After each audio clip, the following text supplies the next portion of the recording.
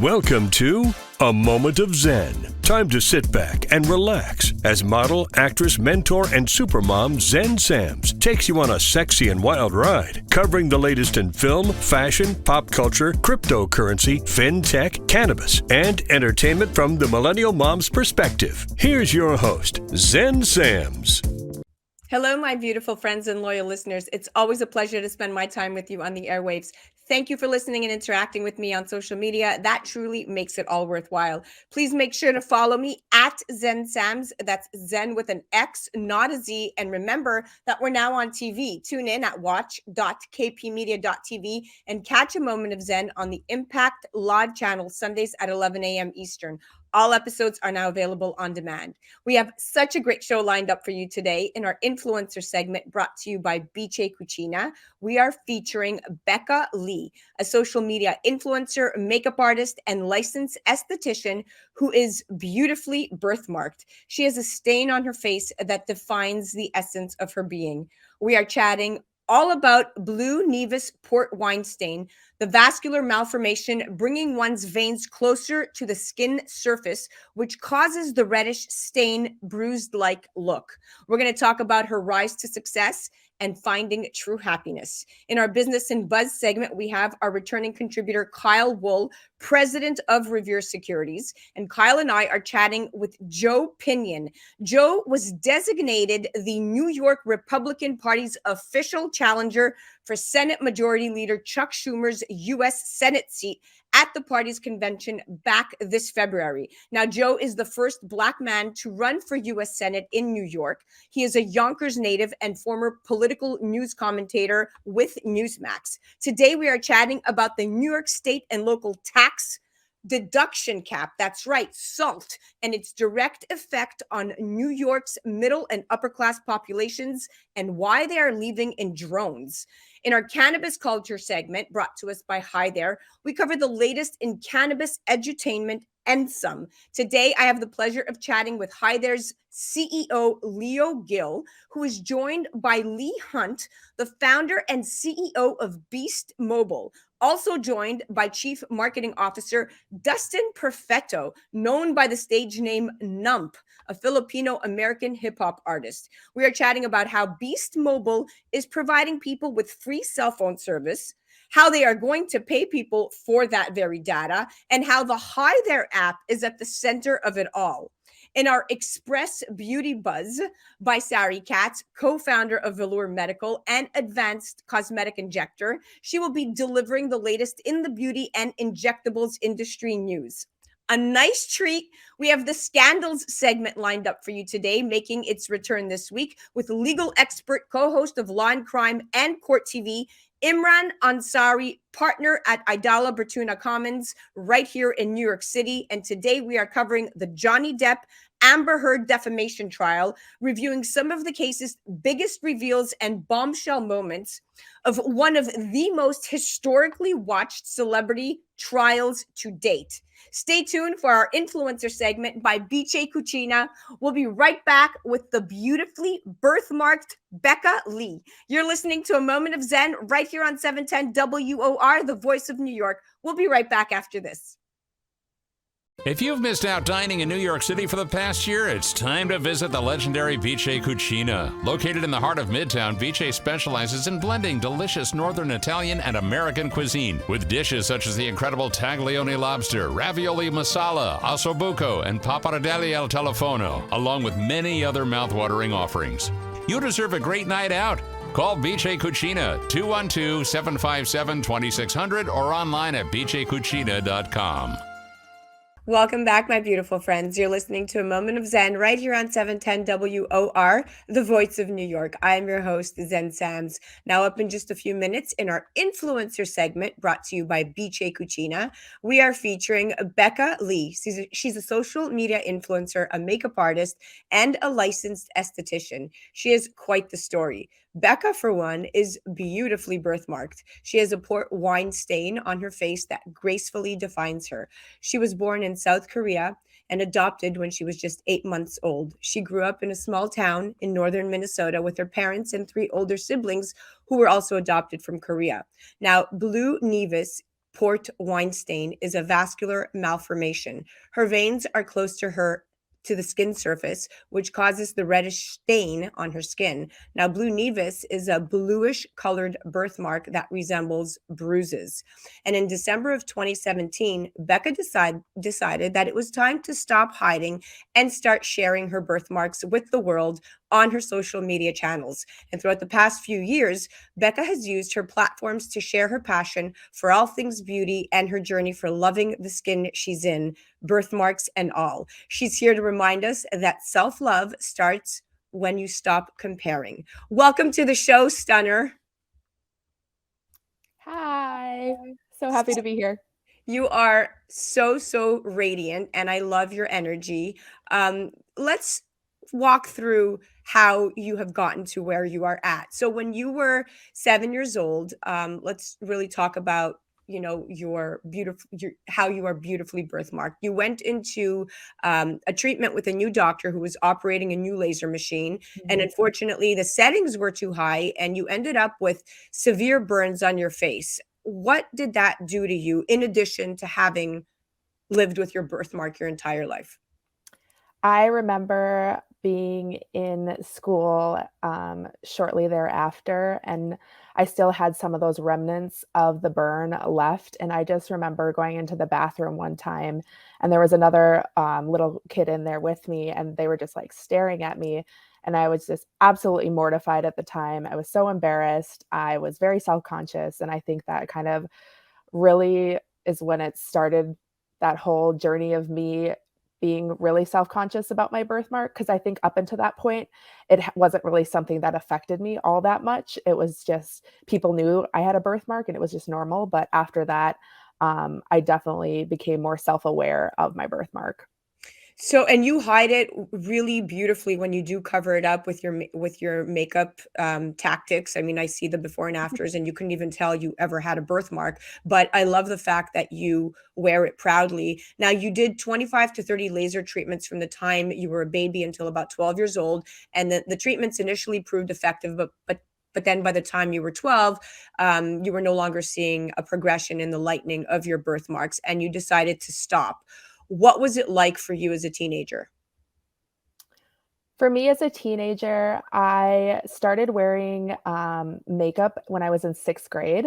Again, that was because I was, you're in middle school, everybody's already awkward and self-conscious. And so there was just like an added level to that with me having my birthmark.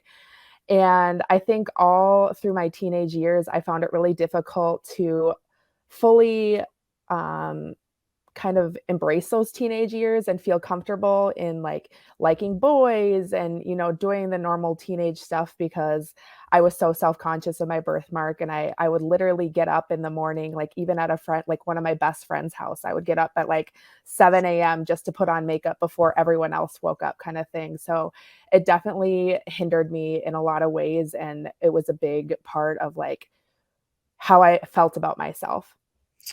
I love it that you are so open, because you're helping so many women right now, whether there's a birthmark they are feeling self-conscious about, or something about their physique that doesn't allow them to feel 100% comfortable. So your openness is very inspirational. And I want to highlight that you once said that you thought that how could any guy be interested in you, and you'd stare in the mirror disgusted and wondering, why you, and that's when makeup became your security blanket.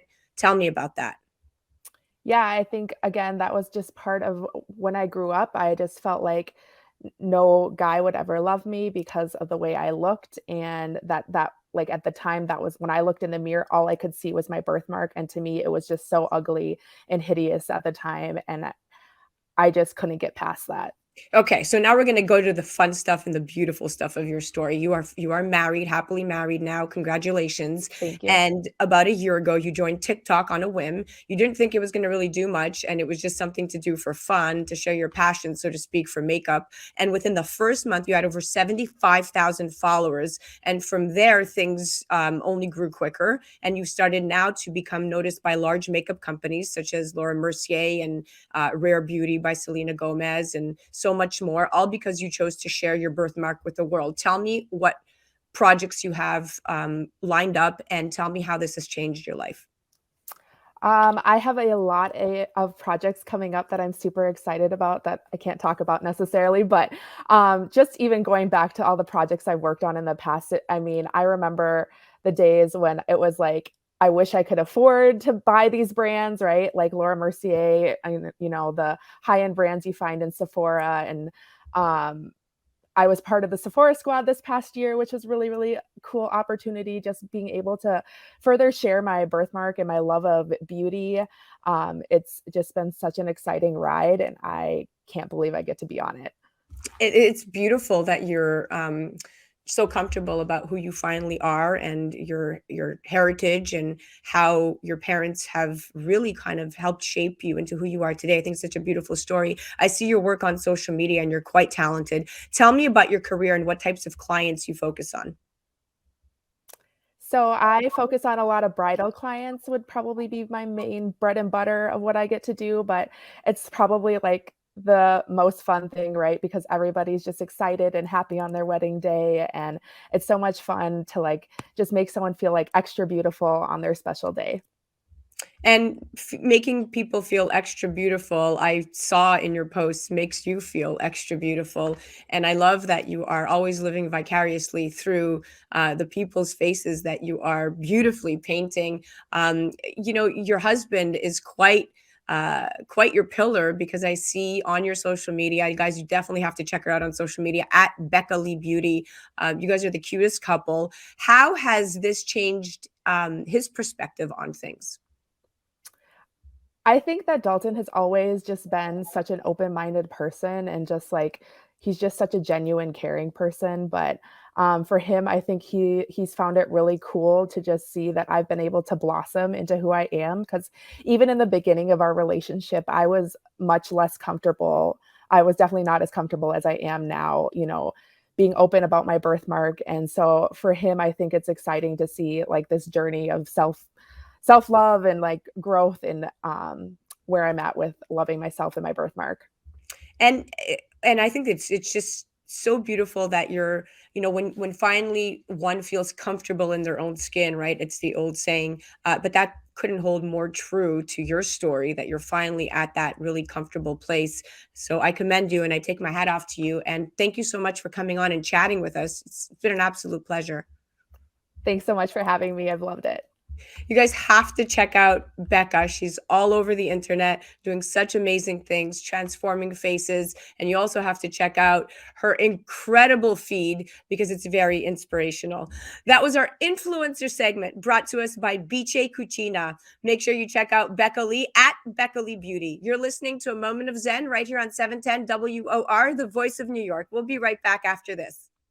A Moment of Zen is brought to you by Revere Securities. Revere is committed to building a relationship of trust in which they work closely with you to help you define your objectives, explore alternatives, and choose the financial and investment strategies that are most appropriate for you. Go to reveresecurities.com.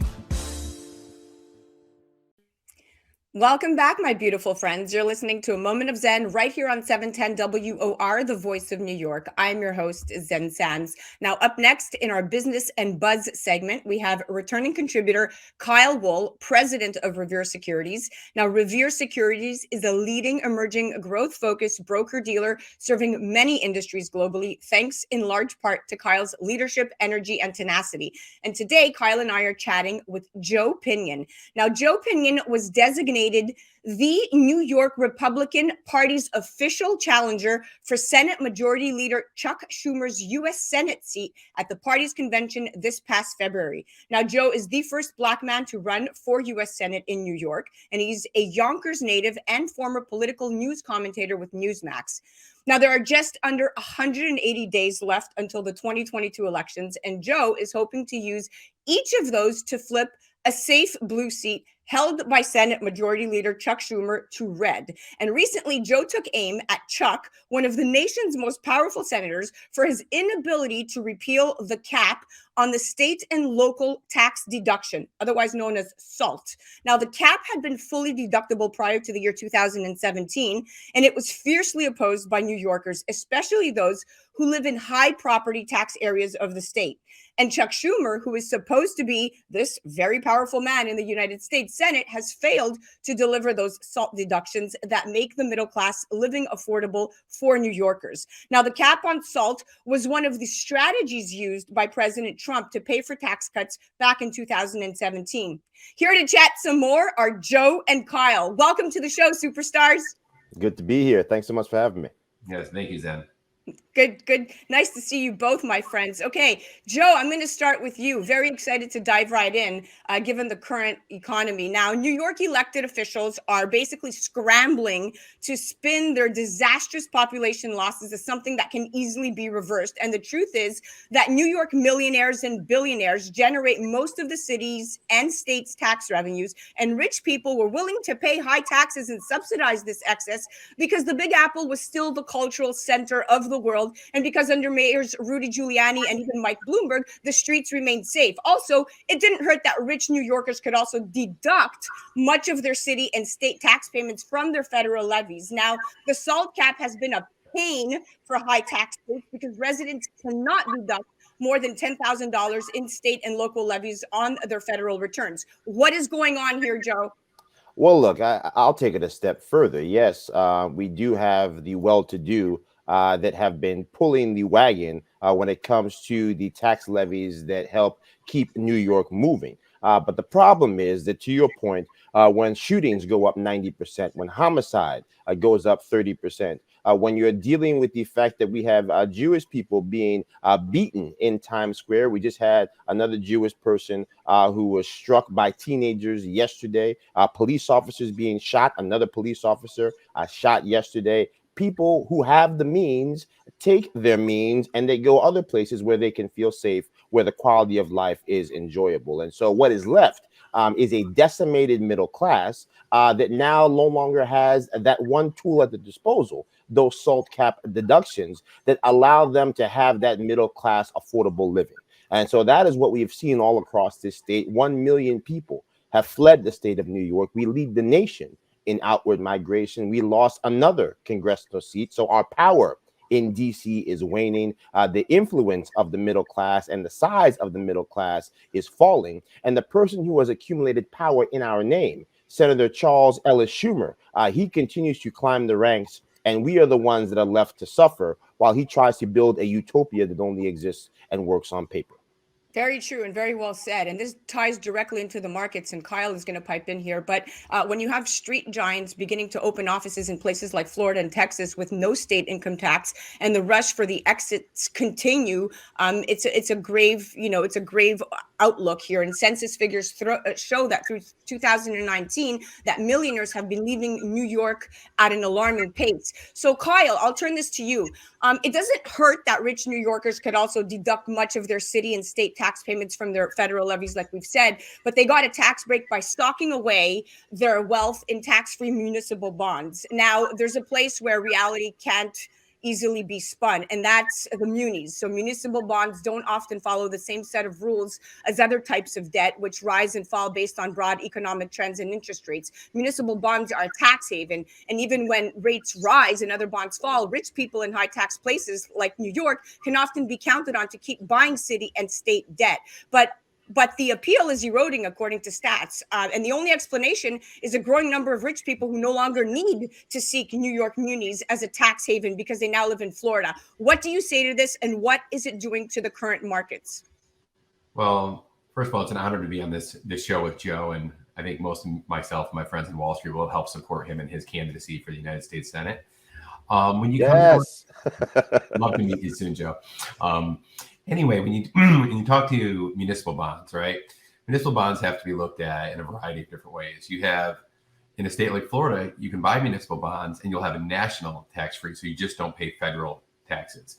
But when you're in a high tax state, in a high tax city like New York City, we have federal tax, we have state tax, and then we have city tax. And if you're in the top earning bracket, which in a place like New York City, which the standard of living is so high, you can reach that top earning bracket pretty quick for a married couple.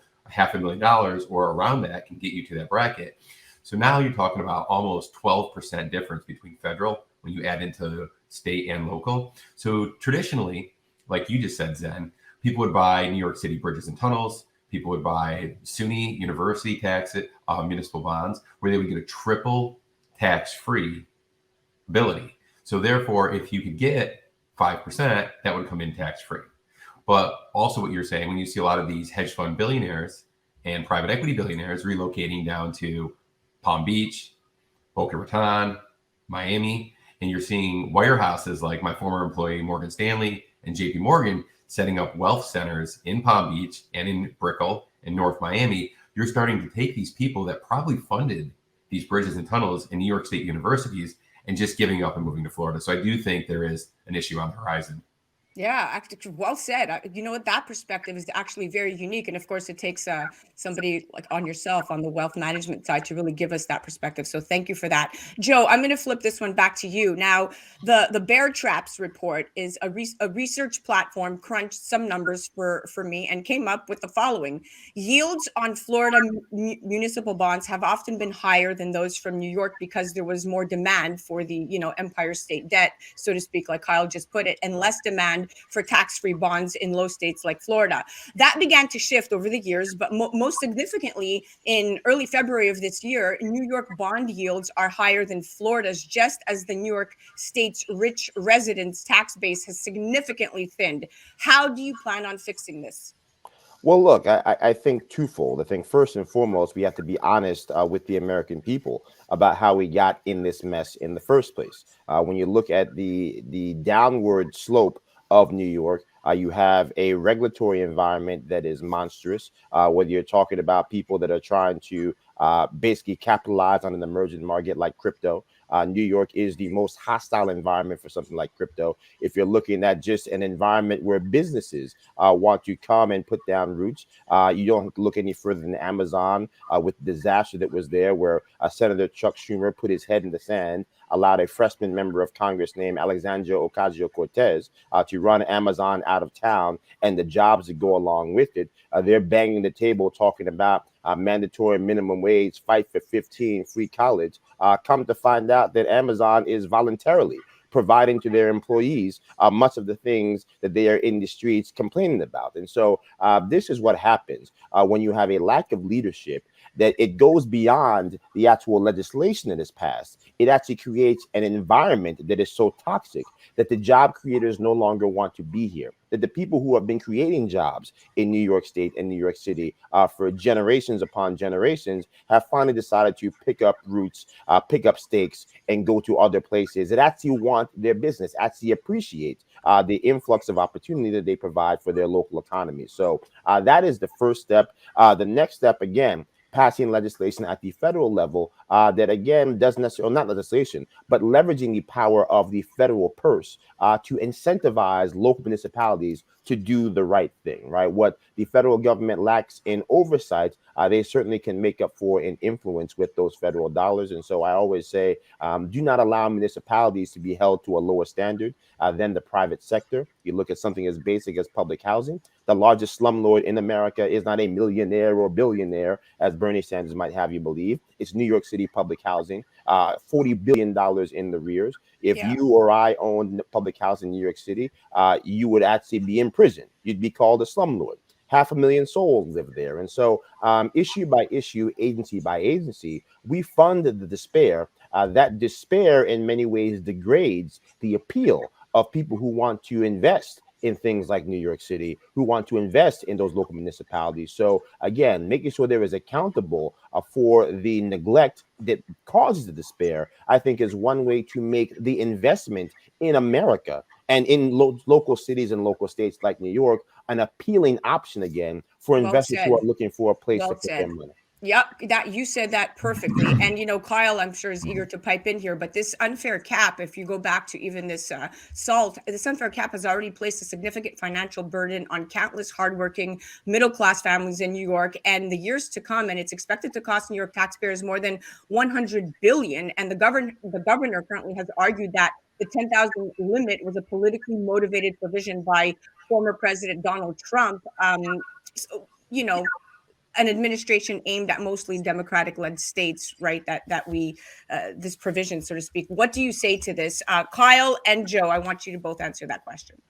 I'm going to answer that based on experience of where I grew up, and I know Joe right now is campaigning up in Rochester, New York, and my sister and my family live in in Fairport, New York, which is a suburb of Rochester. We were just at the Fairport Educational Alliance last night. So yeah, there you go. Yep, and there you go. And I grew up in the Finger Lake region, just outside of Ithaca, where my mother was a social worker. And one of the things I noticed by growing up upstate New York, which I'm very worried about with downstate New York, is when they started to overtax upstate New York, you started to have a mass migration of people that would move down to North Carolina, South Carolina, where you had lower taxes, you had better jobs. And then most of the people who grew up in upstate New York, unless you were a doctor or a lawyer or a teacher, there weren't these kind of jobs as Lockheed Martin left, as General Electric left, right? Now I'm seeing the same thing, which scares me because I love New York City.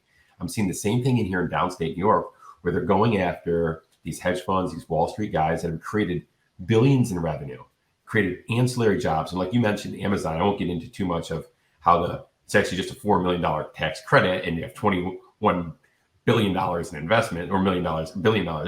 And then you have all the ancillary jobs around where you have food trucks and plumbers, and unions, everybody that would have made a tremendous amount of money in Long Island City. We're not going to go to there, but I do understand your point, and I agree with it 110%.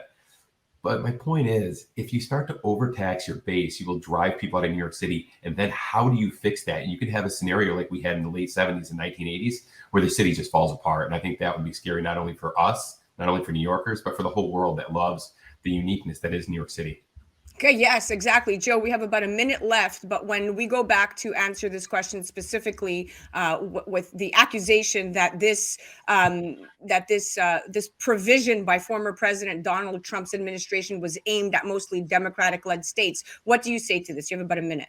Look, I often say I'm running for United States Senate to represent the interest of the people of New York State and to do what's best in the long-term interest of America. It's certainly in the long-term interest of America and New York State to make sure that we have a vibrant middle class. You cannot have a vibrant middle class in New York State when people are afraid to buy a home because of the tax implications, or people who have a home cannot afford to keep it.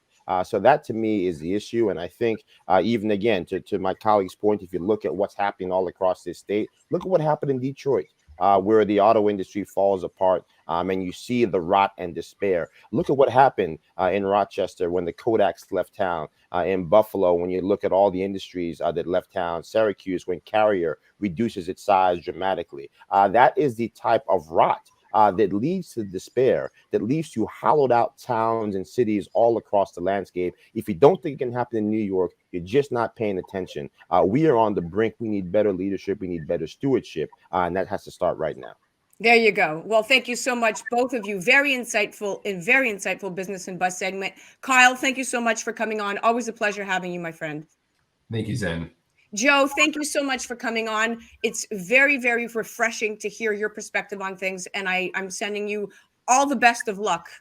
All the luck, and then people can go to joepinion.com and help us get across the finish line. So that's right. Joepinion.com is the place where people can go exactly to learn more about Joe and his quest to give people a chance to have a choice here in New York for the U.S. Senate for the first time in close to 24 years.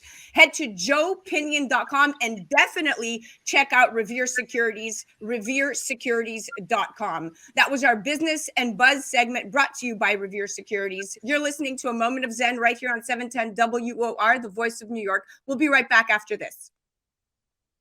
A Moment of Zen is brought to you by HighThere, a creative community exploring the culture, craft, and science of cannabis. HighThere believes that we have a collective responsibility towards eradicating the stigma, misinformation, and inequities surrounding this plant so we can unlock its true potential for all. To become involved and find out what all the excitement is about, download the HighThere app from the App Store and Google Play. HighThere, HighThere. Welcome back, my beautiful friends. You're listening to A Moment of Zen right here on 710 WOR, the voice of New York. I'm your host, Zen Sams. Up next in our Cannabis Culture segment brought to us by HighThere, we will be covering the latest in cannabis edutainment. One of HighThere's focus is on the development of the platform and HighThere app, where you will find a cannabis-friendly social network. And together, I help them pave the way even further for the century-old plant, as we need to educate the masses on its uses, clarify the misconception, and debunk the myths. With a personal appreciation for cannabis and an unwavering passion for advocacy, HighThere and I are aiming to change the mainstream perspective around medical and recreational cannabis. And today I have the pleasure of chatting with HighThere's CEO, Giel, who is joined by Beast's Chief Marketing Officer, Dustin Perfetto, known by his stage name, Nump. He's also a Filipino-American hip-hop artist.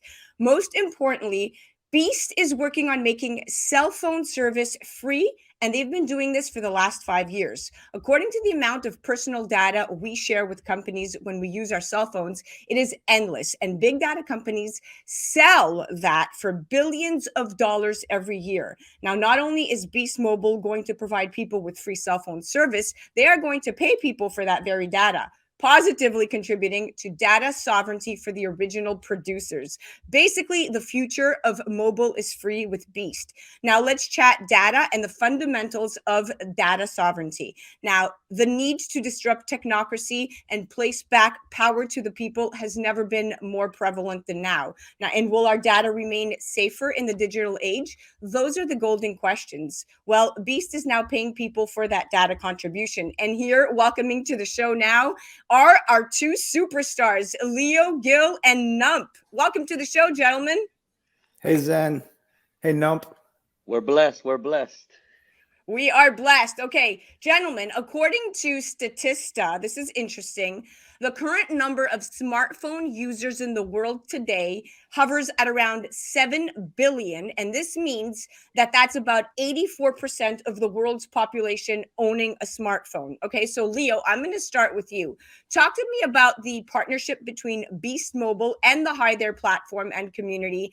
I'm hearing that the HighThere app will be preloaded onto these Beast devices and some major free perks are involved. Tell me what's going on. Yeah, thanks, Zen. Yeah, we're super excited to partner with Nump and Beast team. You know, when I'm always looking for innovative, disruptive technology partners, and the fact that I get my phone bill every month and it's just insane, right? I'm with one of the big carriers. They tell me it's going to be $250 a month. It's $700 a month, no matter what.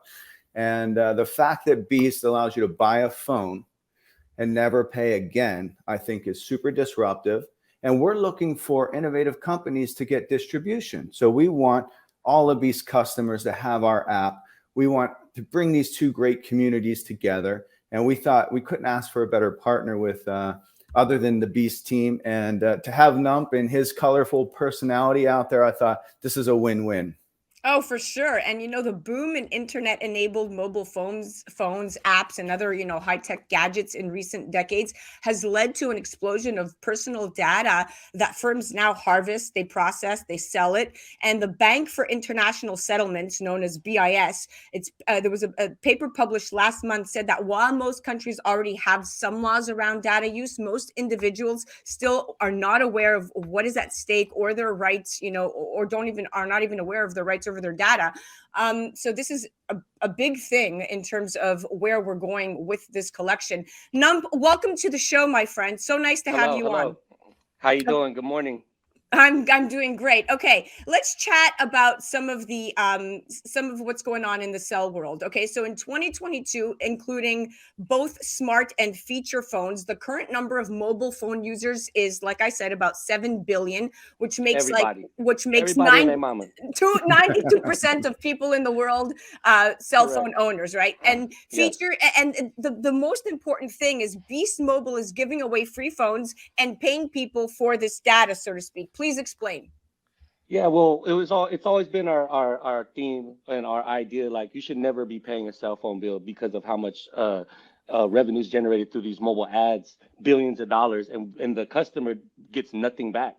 So we want to gamify cell phone service. We want to reward the customer for data that you do share, and anything that's generated, here's your piece. On top of that, here's free cell phone service, and here's some data, and just, you know, do what you got to do. Save money.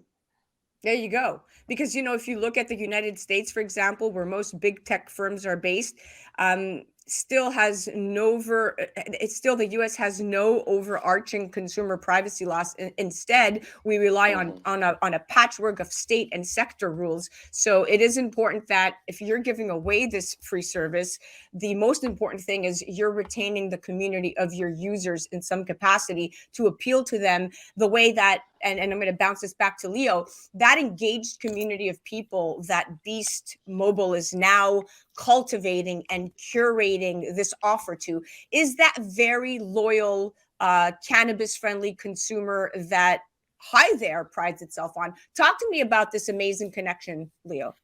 Yeah, I always look about I always, whether I invest in a company or I partner with a company, I look at the people behind the brand itself. And I know Lee Hunt, the CEO, for quite some time. I know Marshawn Lynch came in and partnered with Nump and Lee and built this thing up. And I thought, they're just trying to do a good thing. They're trying to give people more for less. And that's what we're trying to do. It all starts with the consumer.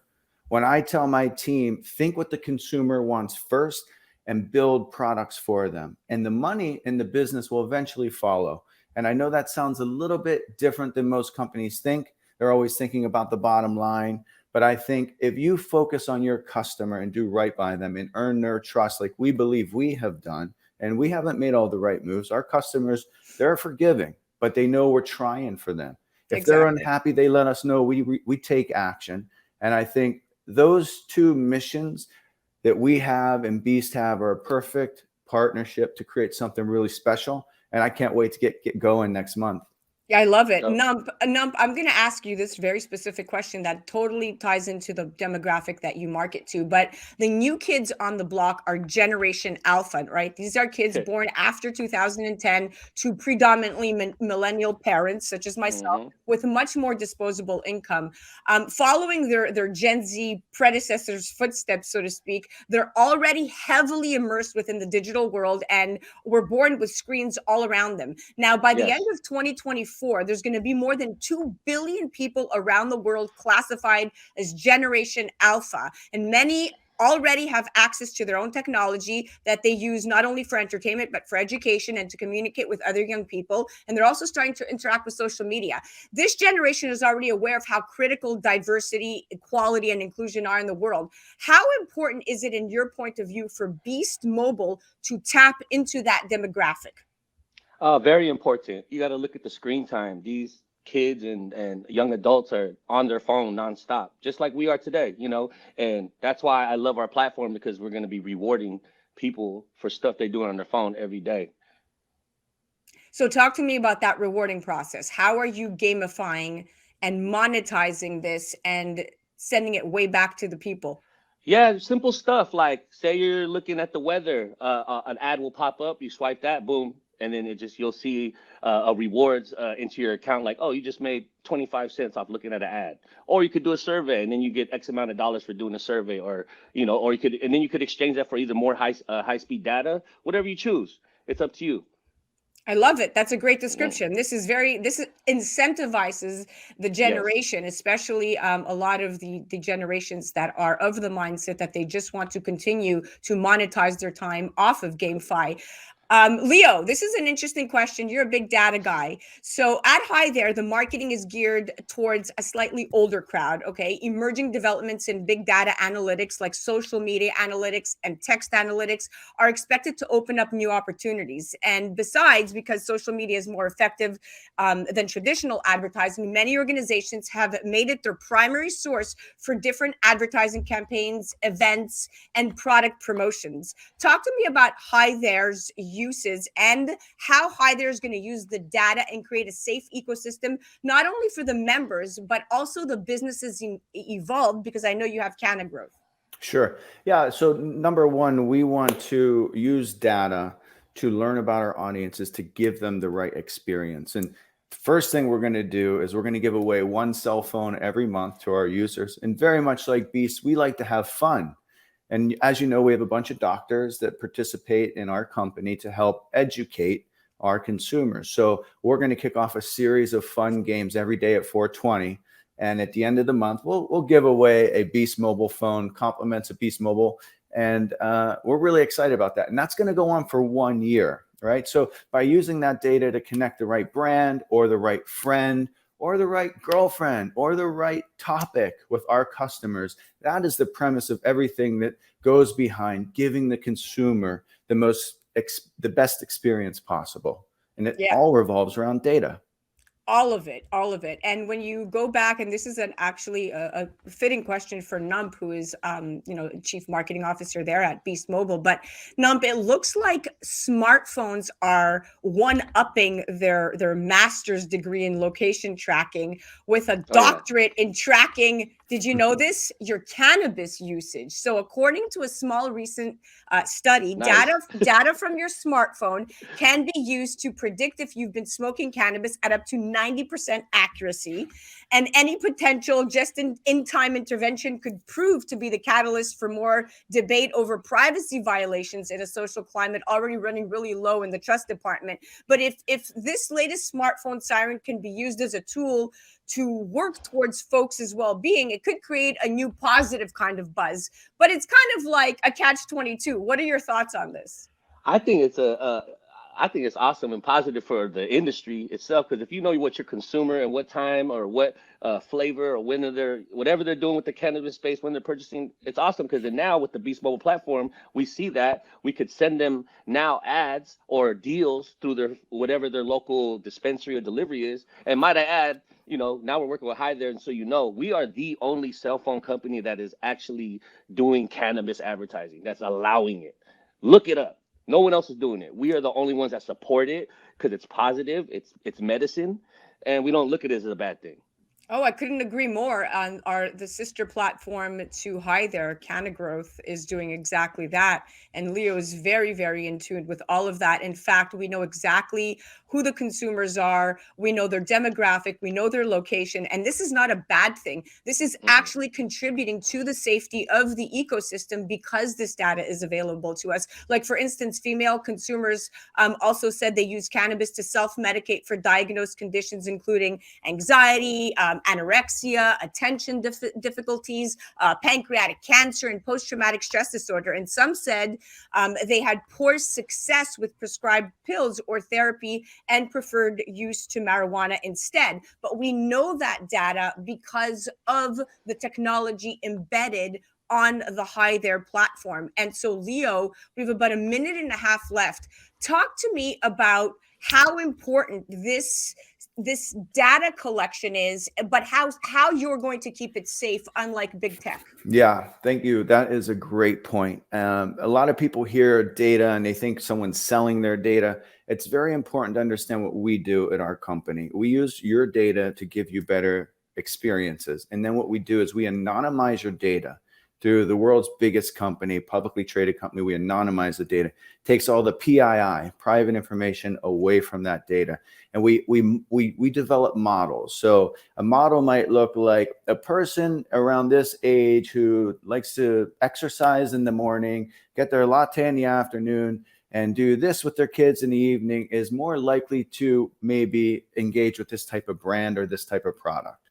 And that is the modeling, the behavioral modeling that we have developed. And it's really an incredible technology to help us figure out what the right consumer for your brand might look like.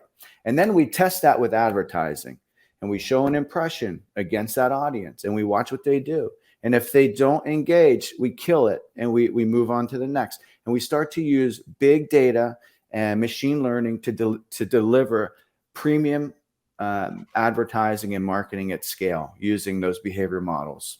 I love it. This is genius and brilliant. We said it at the same time. And on that note, we are out of time. So that was my clock just coming down there. But I just want to thank both of you for coming on. Nump, it was such a pleasure speaking with you. Always a pleasure. Likewise. I would love to have you come back on. Leo, thank you for bringing him on. Cheers, guys. Take care. Guys. Thanks so much. Have a great day. Have a great day. Bye, guys. Bye-bye. Well, that's the end of that segment. That was our Cannabis Culture segment brought to us by HighThere. And that was CEO Leo Giel, joined by good friend Nump from Beast Mobile. You guys definitely have to check out their website. Head to HighThere.com and also beastmobile.net for all the free perks. You're listening to A Moment of Zen right here on 710 WOR, the voice of New York. We'll be right back after this. A Moment of Zen is brought to you by Caldwell Soames Incorporated, investing globally in transformative businesses like Original Digital Corporation, or ODC. ODC develops advanced consumer and commercial fintech solutions such as OG Pay, which will transform the way you manage your money. From sending and receiving money globally for free, paying for goods and services in person and online, pay bills, buy and sell digital currencies, all while earning interest. OG Pay is easy to set up, FDIC insured, and your information is secured. Check out ogpay.com. Hi, I'm Sari Katz with this week's beauty tip for A Moment of Zen. Have you heard of Dissolver? Well, Dissolver is actually an agent we use commonly in the aesthetic industry to undo undesired filler. Filler is a sugar-based compound gel called hyaluronic acid that mimics a compound already pre-existing in our skin that both hydrates and plumps the skin. So we use it in areas like cheeks for cheek lifting, under eyes for filling in under eye hollows, lips for plumping lips. But unfortunately, sometimes over time, with repeated exposures or treatments, we see that filler actually build up or sometimes even migrate to give an undesirable look. Have you heard of pillow face or cat lady, or sausage lips or duck lips? Well, that's an undesirable outcome of filler. And fortunately for patients like Courtney Cox or Kylie Jenner, we can undo that overdone look of the past. Dissolver functions similar to nail polish remover on top of nail polish for fillers. And unfortunately, we don't love using it because it does also have a little bit of an impact on our own hyaluronic acid, but at least it's good to know that we have a way out. So the trend lately has been for a more natural look, which is fantastic for us as injectors looking at our artwork on the street, but also fortunate for our patients that would love to maintain their own look and just do a little bit of an enhancement. So before you get fillers, understand that there is a way out, but please let your injector give you advice on when you should stop, because that unwanted look is a thing of the past, and that overdone look is definitely history. So that is my beauty tip for A Moment of Zen. My name's Sari, and have a great day. A Moment of Zen is brought to you by CCP Digital, bringing you a view from inside blockchain, cryptocurrency, and NFTs. Introducing the latest Blockchain Heroes series, Retro Rebellion NFT collectible card packs from the Nifty Company. Available January 2022. Find out more online at ccpdigital.com. Welcome back, my beautiful friends. You're listening to A Moment of Zen right here on 710 WOR, the voice of New York. I am your host, Zen Sams. Up next, we have the Scandals segment with Imran Ansari of Idala Bertuna Commons, otherwise known as ABK Law, right here in New York City. And today, we're going to be covering the Johnny Depp Amber Heard defamation trial. Now, Johnny Depp, and I'm going to point out his age, is 58 years old. Okay, he's suing Amber Heard, who's 36. That's really relevant for me. And it's for a defamation over a 2018 op-ed that she wrote for the Washington Post, in which she opened up about surviving domestic violence. Now, back in November of 2020, Johnny Depp lost his highly publicized UK libel lawsuit against British tabloid The Sun for calling him a wife beater. Now, the court upheld the outlet's claim as being substantially true, and Amber testified to back up those claims. Now, in March of 2021, his attempt to overturn the decision was overruled. In this case, however, for this particular case, he's suing Amber Heard directly, and he has testified that his goal is the truth as he seeks to clear his name in the trial, which is being televised via various outlets. You've all seen it. Now, ahead of the trial, Amber said in a statement that hopefully when this case concludes, she can move on, and so can Johnny, and that she has always maintained a love for him, and it brings her great pain to have to live out the details of their past in front of the world. Now, they are both very, very talented actors, but some would wonder if this will really end up as the case. Based on the recent weeks, it's looking quite ugly. And here to chat some more about the biggest bombshells and revelations from the defamation trial so far is legal expert Imran Ansari. Welcome to the show, my friend. Thanks for having me, Zen. Always great to be here. Okay, what a fiasco. What is the takeaway here, Imran? Where is this heading?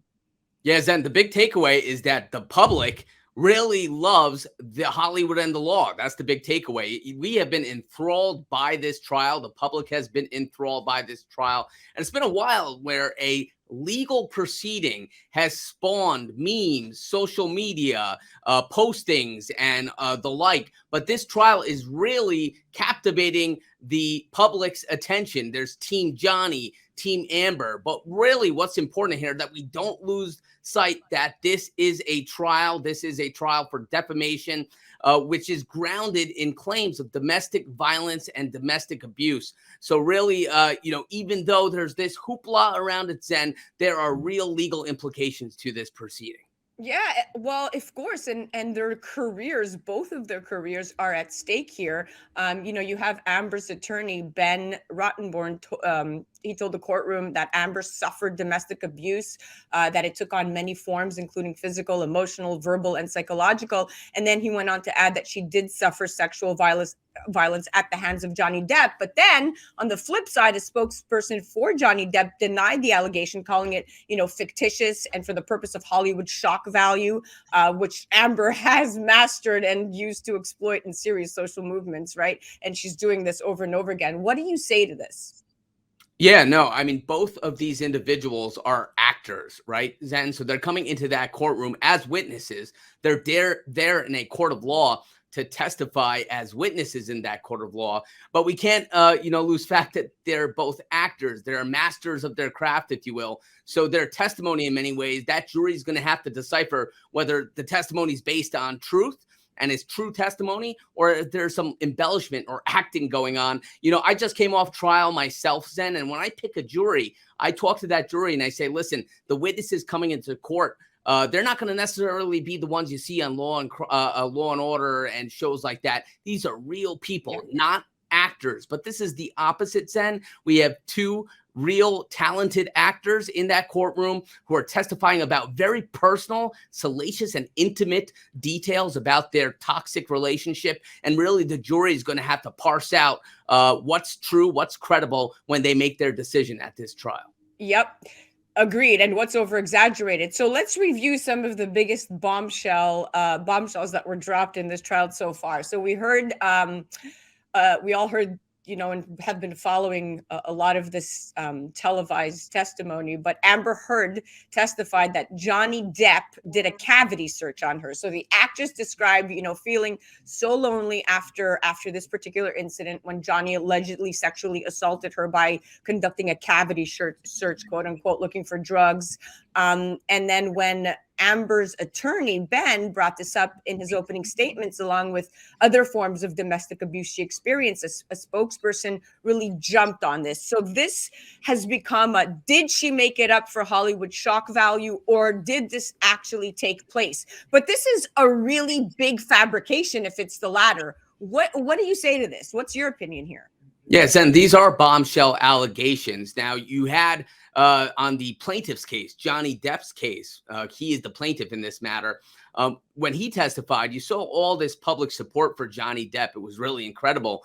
Now, Amber Heard takes the stand, and on the eve of her testimony, Zen, it shows how indicative that how the court of law is obviously important for these two individuals, but the court of public opinion is just as important, because Amber Heard fired her PR team on the eve of her testimony because she didn't like the sort of public narrative out there, didn't like the headlines. She starts testifying and she starts giving the jury all these really heavy bombshell allegations against Johnny Depp, really painting him out to be a monster, and her being a subject of this abuse. And this is real testimony. This is a trial. We can't sort of lose ourselves in the circus-like atmosphere outside and sometimes inside that courtroom. But then we still see a lot of support for Johnny Depp. In fact, some people are saying in the court of public opinions and that Amber Heard's testimony is backfiring on her. And there's been sort of things mocking her and things like that. I'm not necessarily saying that's right, but it's really indicative how the court of public opinion and the court of law are sort of meshing in this trial. It's really fascinating. Right.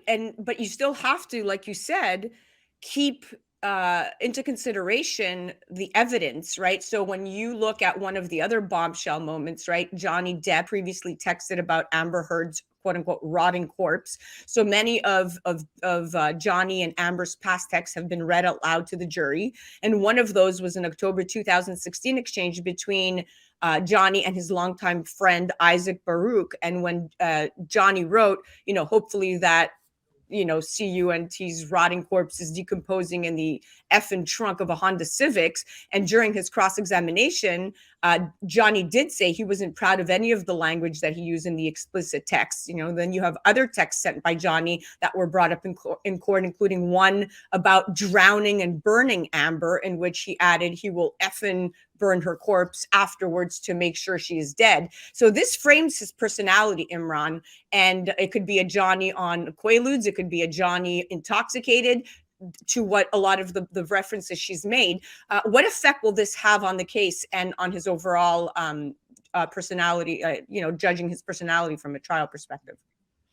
Yeah, well, the jury inside that courtroom will have to make that determination whether, that testimony and those certain facts weigh against Johnny Depp, because again, this is a defamation trial that Johnny Depp brought against Amber Heard. Now, Amber Heard also has counterclaims, so she countersued Johnny Depp within this lawsuit. But let's just think about Johnny Depp's claims then.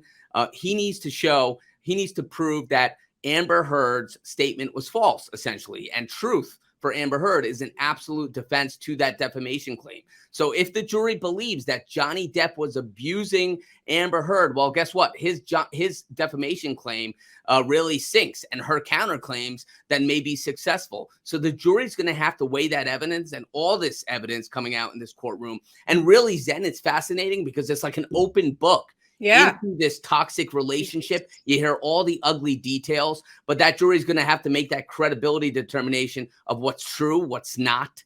And it's going to be a tough job. But again, the court of public opinion too, Xen, they're making determinations as we speak. You see Twitter, social media, Instagram. They've already drawn their own conclusions. Yeah, they've already drawn their own conclusions. And this has turned into a mini series. I mean, Americans are plugged in because they are living this, with these actors vicariously through them, perhaps some of them. I don't know. It's very, very disturbing stuff that everybody's so enthralled with this. But when you look back at another bombshell moment, Johnny Depp and his sister recall, having an abusive childhood. So both Johnny and his older sister, Christy, have testified that their late mother, Betty Sue Palmer, was abusive towards them growing up, as well as toward their father, John Sr., who is now 84.